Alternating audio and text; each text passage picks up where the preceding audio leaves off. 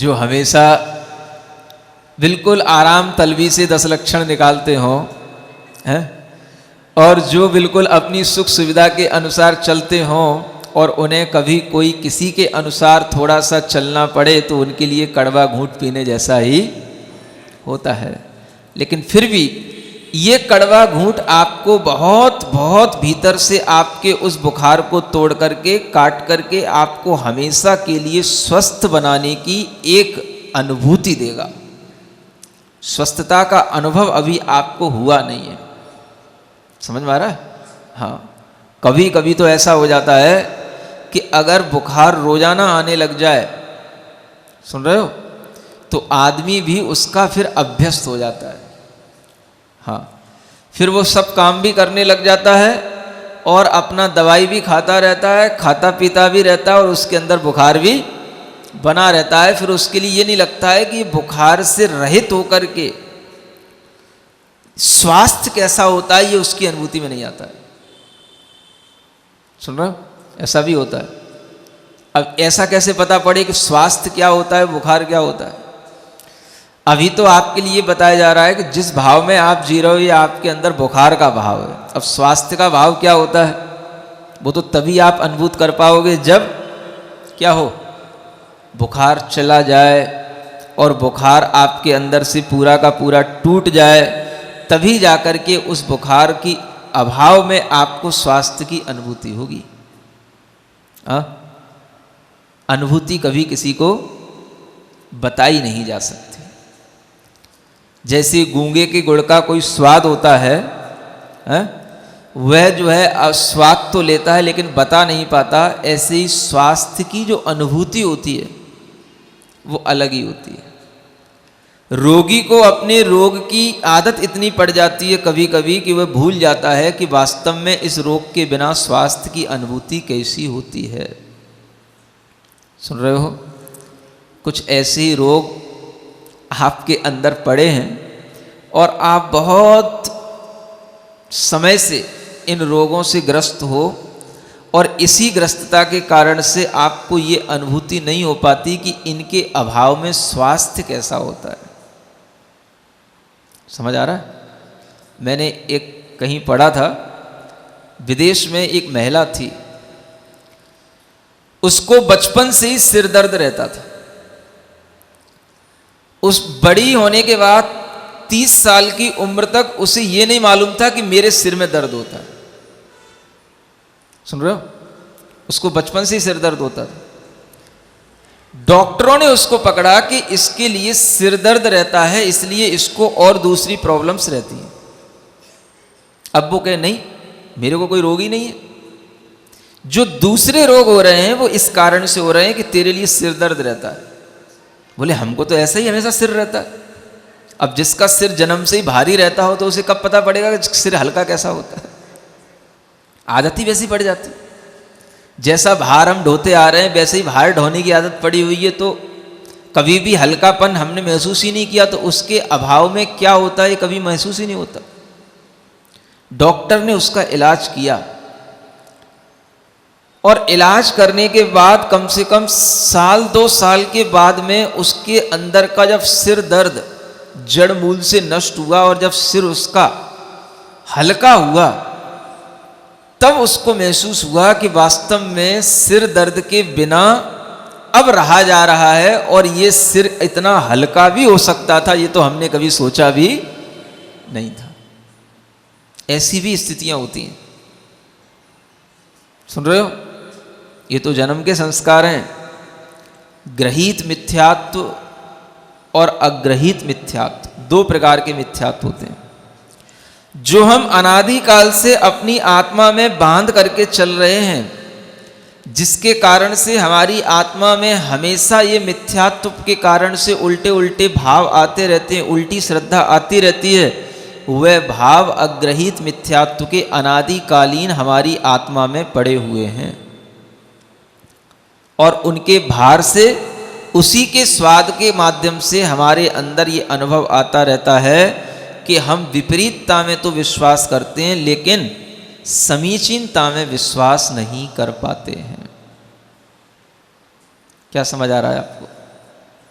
देखो, धर्म हमेशा बहुत विस्तार के साथ रहा है। भारत में भी रहा, भारत के बाहर भी रहा, विदेशों में भी रहा। अभी हमें एक चित्र मिला, कुछ लोग खोज करके लाए। अफ्रीका में एक इथोपिया नाम का एक शहर है और वहां पर एक सिद्ध शिला की आकृति मिली, जो आकृति बिल्कुल ऐसी अर्धचंद्राकार बनी हुई है और उसका नाम भी सिद्ध शिला ही है। वहां वो आकृति बनी हुई है। वो आकृति वहां कैसे बन गई? पहले जैन लोग भारत में नहीं, पूरे विदेशों में भी जाकर के सब जगह बसते थे और सब जगह रहते थे, और पूरा एक भारत नहीं, पूरा विश्व जो है एक महाभारत के रूप में जाना जाता था। महाभारत, जो आज एक छोटा सा भारत रह गया। तीर्थंकरों की पूजाएं, तीर्थंकरों की आराधनाएं, जैन श्रावक, जैन मुनियों के माध्यम से हमेशा सब जगह चला करती थीं, और उनके प्रमाण आज भी कहीं ना कहीं हमें मिल रहे हैं और मिलते जाते हैं। ईसा के भी 500-700 वर्ष पहले का वह शिलालेख और वह एक मॉन्यूमेंट है जिसको जर्मनी के वैज्ञानिकों ने सिद्ध किया है कि इसकी उम्र 500 वर्ष से और पहले की भी हो सकती है। अब आप समझ सकते हो, धर्म महावीर भगवान से नहीं चला, भगवान महावीर से बहुत पहले से चला आ रहा है। आक्रमण हुए, धर्म का विध्वंस हुआ, इतने ज़्यादा लोग पहले धर्म को मानने वाले थे कि हर जगह जैन जैन ही होते थे और कुछ नहीं होता था। लेकिन धीरे धीरे कहते हैं अच्छी चीज पर ही सबसे ज़्यादा प्रहार होता है, और जो सर्वोत्कृष्ट चीज होती है उसे ही सब प्रहार झेलने पड़ते हैं। जैनों ने जितना सहा है उतना दुनिया में कोई धर्म सह ही नहीं सकता है। इतने जैनों का विनाश, जैनों के तीर्थों का नाश हुआ है जितना किसी के लिए भी कभी हानि नहीं पहुंचाई गई। फिर भी नाश होते होते अभी भी बहुत कुछ बचा है। और अगर इतना जो बचा है यही अगर बचा रहेगा तो जैन धर्म पंचम काल के अंत तक भी इसी तरह जय जयकार होकर के चलता रहेगा। नाश तो कभी हो ही नहीं सकता है। इतिहास पढ़ो तो पता पड़ता है। इधर गोवा की तरफ ऐसी क्रिश्चियन लोग हुए हैं, रोजाना 5-5 हजार जैनों को तोपों से, गोलियों से उड़ाते थे। समझ में आ रहा? हाँ, ऐसी बातें बोलें तो अभी लोग कहेंगे कि ये कोई मतलब एक धर्म के प्रति एक विद्वेष करने की भावना पैदा करने के लिए प्रवचन किए जा रहे हैं। समझ में आ रहा है? हाँ, लेकिन आपको अपने जैनत्व का गौरव तभी होगा जब आपको ये चीज़ें समझ में आए।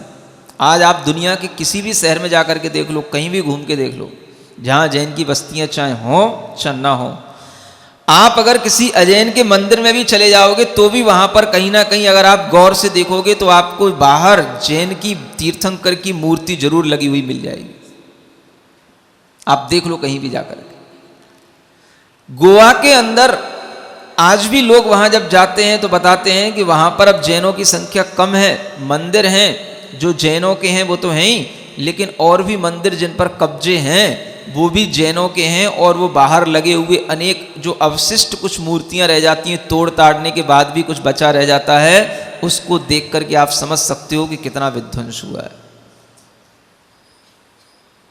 जिसे आप एक बहुत प्रसिद्ध मंदिर बोलते हो, क्या बोलते हो? हैं? हाँ, वो तिरुपति बालाजी। समझ में आ रहा है? हाँ, भगवान नेमीनाथ की मूर्ति है वहां पर,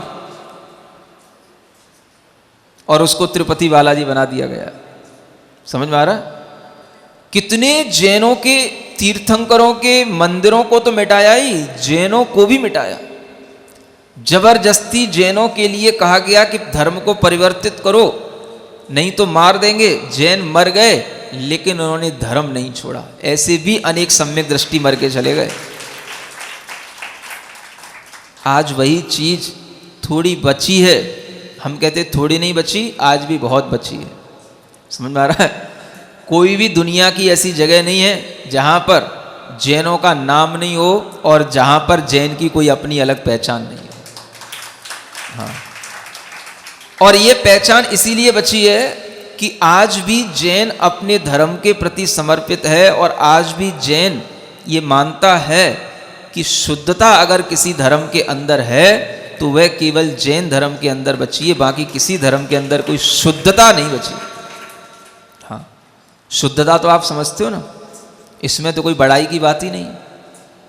हर चीज की शुद्धता, खाने पीने से लेके विचारों तक की, मन की शुद्धता और अंततः आत्मा की शुद्धता। धर्म का मतलब ही है हमें शुद्धता की ओर ले जाना।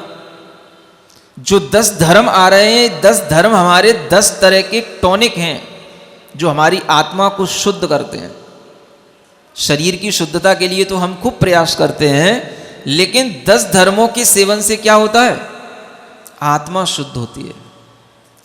ये 10 धर्मों का सेवन ही हमारी आत्मा के अंदर के वो सारे के सारे विकार दूर करता है। और जब हम इसका अच्छे ढंग से, अच्छे मन से सेवन करते हैं तो वह जो अनादिकालीन हमारे अंदर अधर्म के भाव पड़े हैं, वह जो बुखार के रूप में हमारे मन के अंदर पड़ा रहता है, वह भीतर से टूटता है। तब हमें स्वास्थ्य का लाभ होता है और तब हमें पता पड़ता है कि वास्तव में स्वास्थ्य तो इसका नाम है।